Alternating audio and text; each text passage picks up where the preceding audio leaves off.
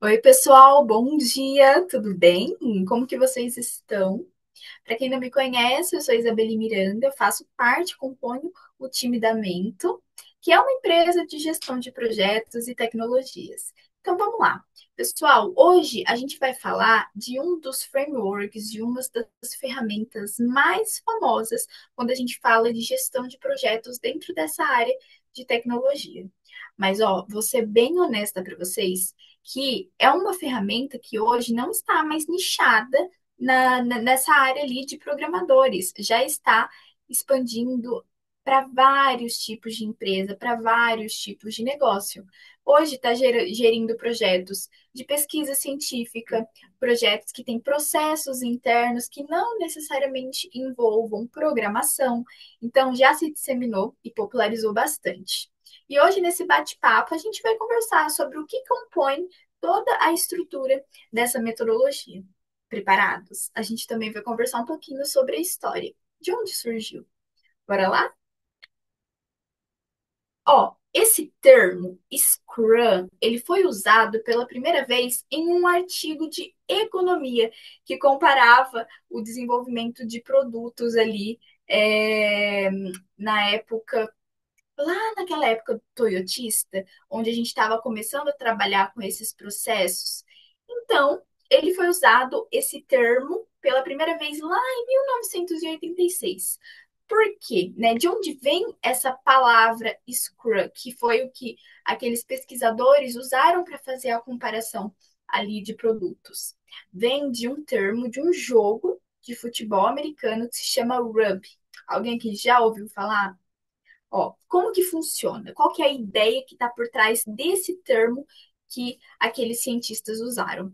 Nesse jogo de futebol, o time ele precisa tomar a posse da bola do adversário e empurrar esse time concorrente para depois da linha. Mas para que o time tenha força, ele precisa se unir, literalmente passar o braço ali um do lado do outro para que você tenha mais potência, talvez, né? Para empurrar o seu adversário. Então, esse movimento de se unir com os outros integrantes do seu time para conseguir ficar mais forte, para conquistar um único objetivo, então, todos trabalhando em prol de um único objetivo, é o que recebe esse termo Scrum, é o nome desse movimento. Olha que legal. Então, ele foi usado perante esse contexto do jogo de futebol pela primeira vez dentro de um artigo lá em 1986. Aí, agora mais nos tempos atuais, essas duas pessoas, o Jeff e o Ken, eles se uniram para formalizar essa metodologia.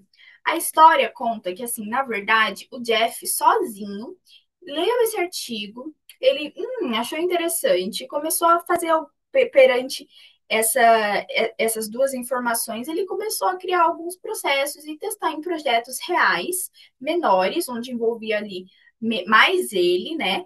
E o que estava no seu contexto da sua vida. E foi vendo que o negócio funcionava. E aquilo foi se popularizando. Aí ele se uniu ao Ken e formalizaram todos esses processos da metodologia. Entendeu? Lá na época ali de 1995, quando a gente estava começando a entrar no boom da internet, das ferramentas que foram surgindo a partir dos anos 2000. A partir disso, eles, depois de terem concretizado e formalizado essa metodologia, escreveram um livro que se chama Manifesto Ágil, aí já tem algumas versões dele, recomendo que vocês leiam.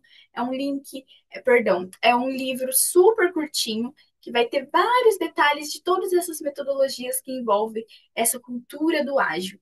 E eles continuam mostrando os valores, os princípios, para fazer as ferramentas mais humanas, mais adaptáveis e os projetos nascerem com mais qualidade. Me conta, vocês sabiam que essa era mais ou menos ali a história do Scrum? Maravilha, né?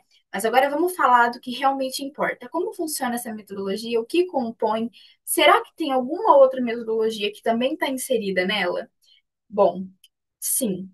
Antes da gente partir para o próximo, eu gostaria de explicar para vocês o que é o Kanban. Kanban, anda muito atrelado ao Scrum.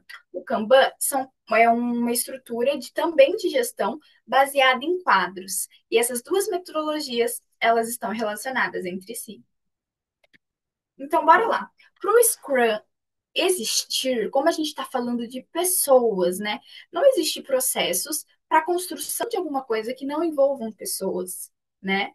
Para essas pessoas conseguirem trabalhar em equipe, que é o grande objetivo dessa metodologia, ela precisa ter valores, como coragem, foco, comprometimento, respeito e abertura.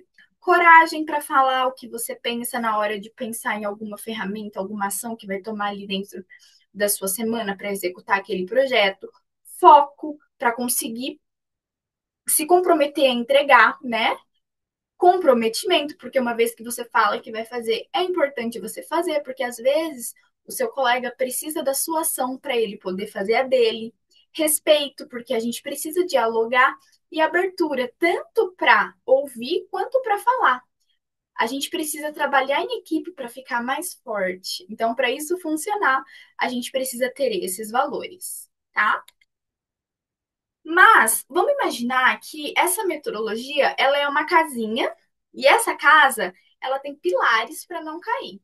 Quais são esses pilares? Transparência, porque o seu colega de trabalho, ele precisa saber o que você está fazendo, tanto porque às vezes ele depende daquela ação, quanto para te ajudar. Inspeção, que vem da cultura de toda semana, com uma frequência, você visualizar o que está sendo construído.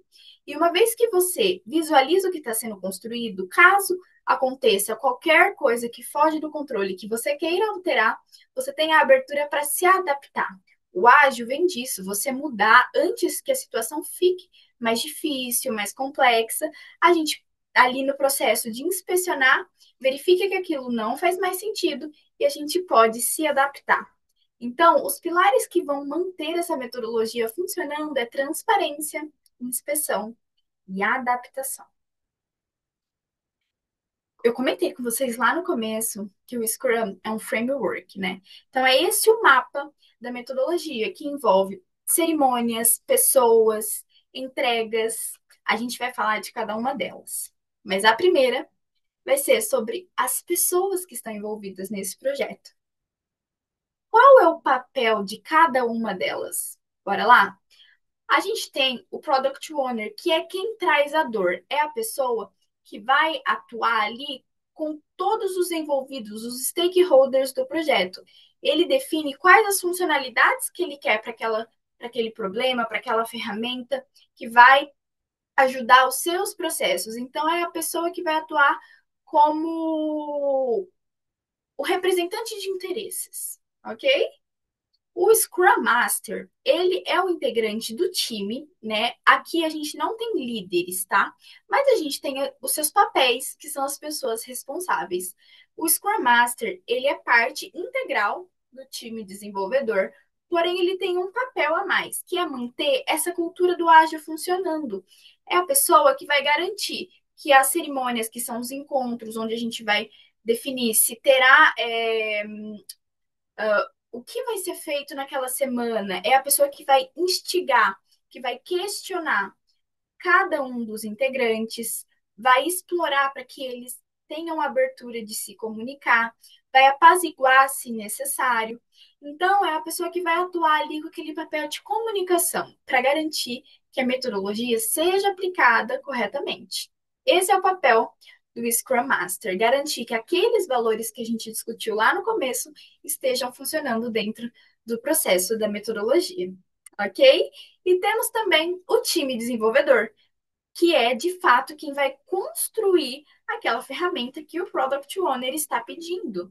Então, ele vai definir as funcionalidades, dividir ali nas habilidades de cada um dos integrantes e vai garantir que o que seja entregue com qualidade.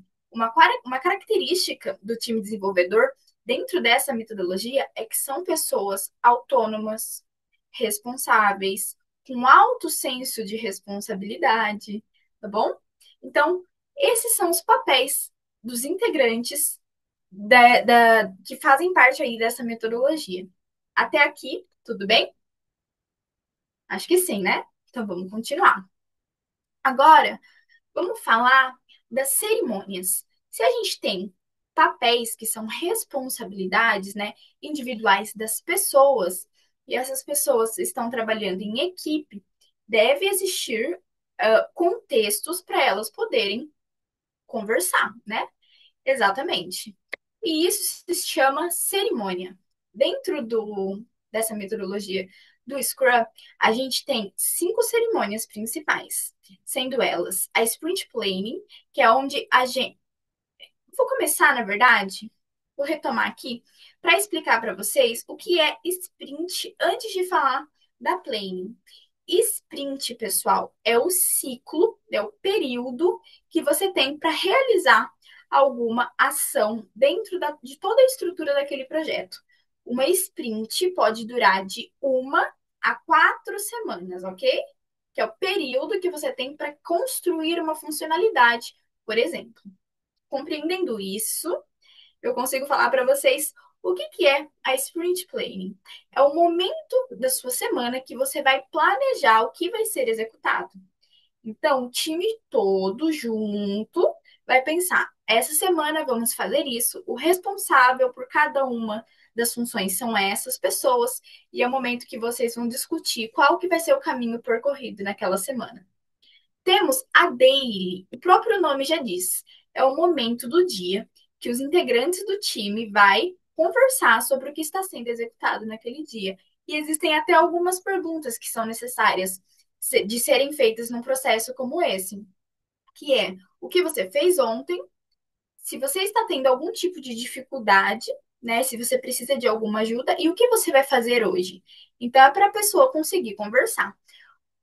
Pensando em processos de programação, onde cada ação do seu colega vai interferir no seu código, por exemplo, elas acontecem diariamente. Mas contando aqui para vocês, em situações onde a empresa não necessariamente é uma empresa de programação, essa daily, ela não precisa ser diária. Ela pode ser adaptada dentro ali da realidade da empresa, a cada 2 dias, uma vez por semana. Mas é importante que as pessoas conversem para alinhar se o que foi planejado está conseguindo ser executado. E se não, se tem algum desafio, já conseguir remediar, que aí entra nos pilares de inspecionar. Tá conseguindo entender? Beleza, a gente conseguiu compreender que a daily é essa função. Então, no começo da semana a gente planeja, diariamente ou no meio da semana a gente revisita, e lá no final da semana a gente tem o que se chama review. Então, a gente vai verificar se os itens que a gente planejou conseguiu ser atingido ou não. Uma vez que sim, a gente checa aquela ação, então conseguimos realizar isso, e na próxima semana aquele item já não vai estar mais no seu planejamento. Ele já vai ter avançado e vai nascer uma nova funcionalidade a ser executada, ok? Ou se aquela funcionalidade que está ali for uma sprint maior, como eu disse, é de 1 a 4 semanas, ela se mantém até ser executada. Todas as outras ações até ela ser completada, ok? Muito legal. Mas aqui a gente está falando dos processos. O Scrum, além das entregas, envolve as pessoas. E uma vez que a gente trabalha com pessoas, as pessoas elas precisam conversar. Às vezes de coisas positivas, de que está dando tudo certo, às vezes de coisas negativas. Precisamos alinhar. Às vezes um colega não está conseguindo entregar as coisas no tempo dele. Vamos verificar o porquê que isso está acontecendo. E é nesse momento que vai acontecer a retrospectiva. Esse é um mecanismo muito usado para gerar alinhamento dentro do time. É um momento de conversar, tá bom? Maravilha? Compreendemos quais são as cerimônias? Estamos quase finalizando. Essas são as cerimônias da metodologia Scrum.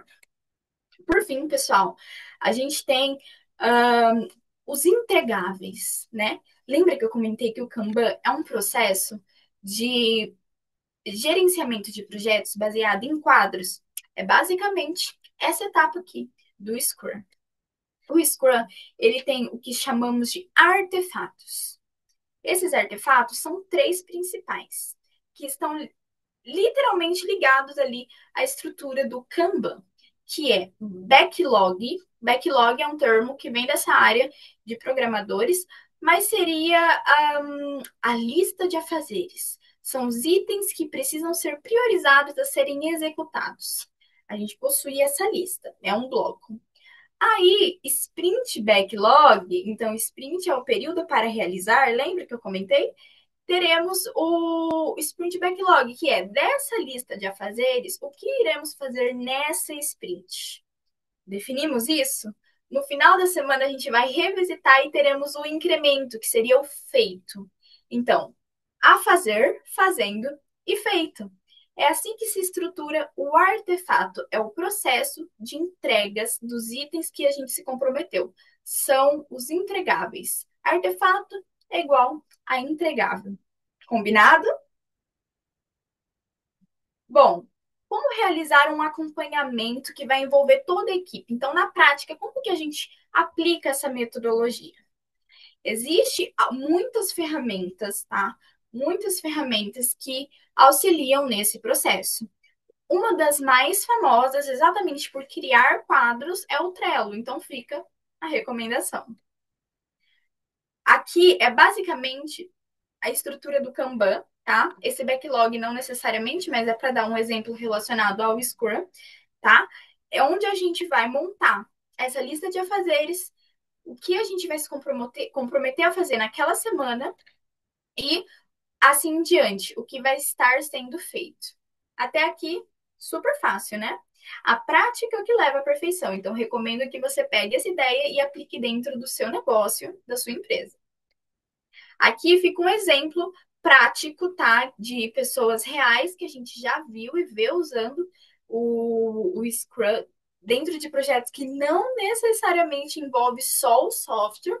Então, e aqui, claro que está adaptado, tá? Não é a regra.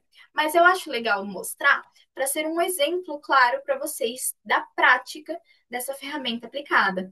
Então, aqui tem os objetivos que aquele time vai usar, mas como eu disse, isso aqui não necessariamente está dentro da metodologia, mas auxilia. Então, não custa ter, né? Se o time acha que vai ajudar, é só deixar. O backlog, que são as ações a fazer, fazendo e feito. O legal do Trello é que ele deixa as datas, auxilia o pessoal aí a cumprir.